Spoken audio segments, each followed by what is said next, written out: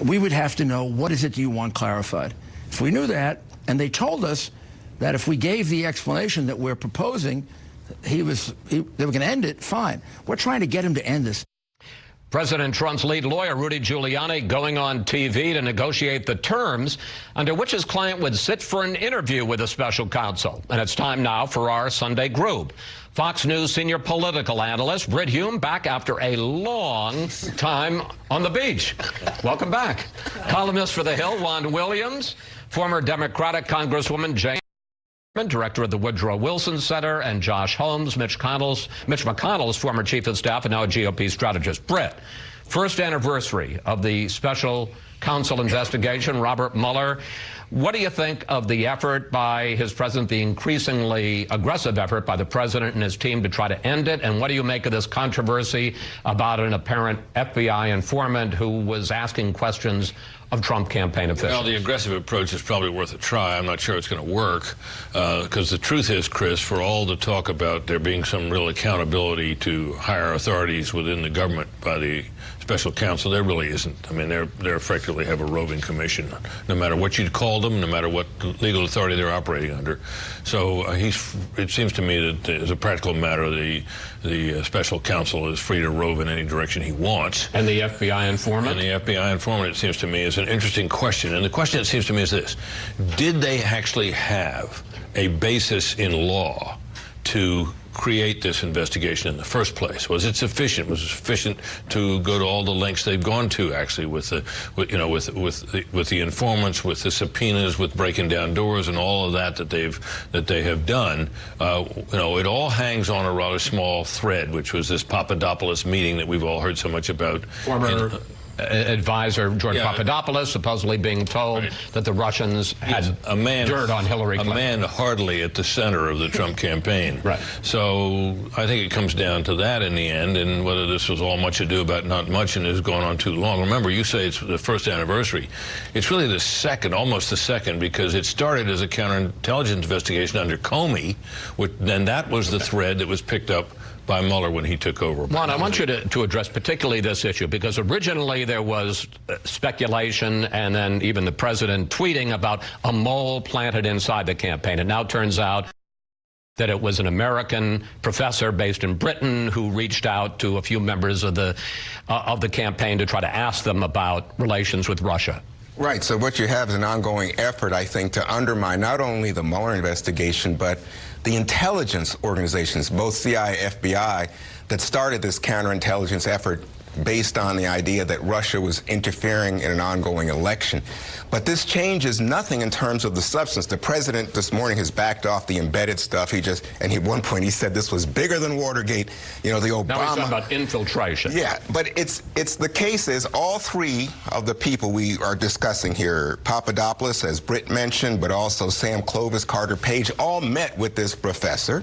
And we know that all three are implicated in the Russia probe. So it doesn't change anything. I think what we have here is an effort in advance of the likelihood that Mueller's going to ask the president to testify under oath to somehow diminish the quality of the investigation and the quality of the intelligence agencies that contribute to it. I want to turn to the other big story this week, and that, of course, is the on-again, off-again Singapore summit between Trump and Kim, the North Koreans saying not so fast, and the president, quite remarkably, offering assurances to Kim, if you make a deal with us, you can stay in power and your country will see untold riches from investment from the West. Congresswoman Harman, what do you make of this? Well, talking is better than bombing, and I hope the talks are successful, and I applaud President Trump for making this his highest priority at the beginning of his administration, something that President Obama did not do. And President Trump tells us that all the time, but it's true. Obama did not do this. I'm dubious that this gets to a good place fast. This is going to take a long time for lots of reasons, one of which is it's not a slam dunk that the Kim regime survives just because we unless we're going to go to war to protect the Kim regime, which I doubt. The reason is, once the people of North Korea understand that over 70 years, tens of thousands have been in gulags, and they've been deprived of food, which is why they're 3 inches shorter than South Koreans, in order to build this nuclear industry, which just got given up. I don't know how that's going to go down. So that's kind of my point about that. But in addition to that, denuclearization doesn't mean the same thing to Kim that it does to us.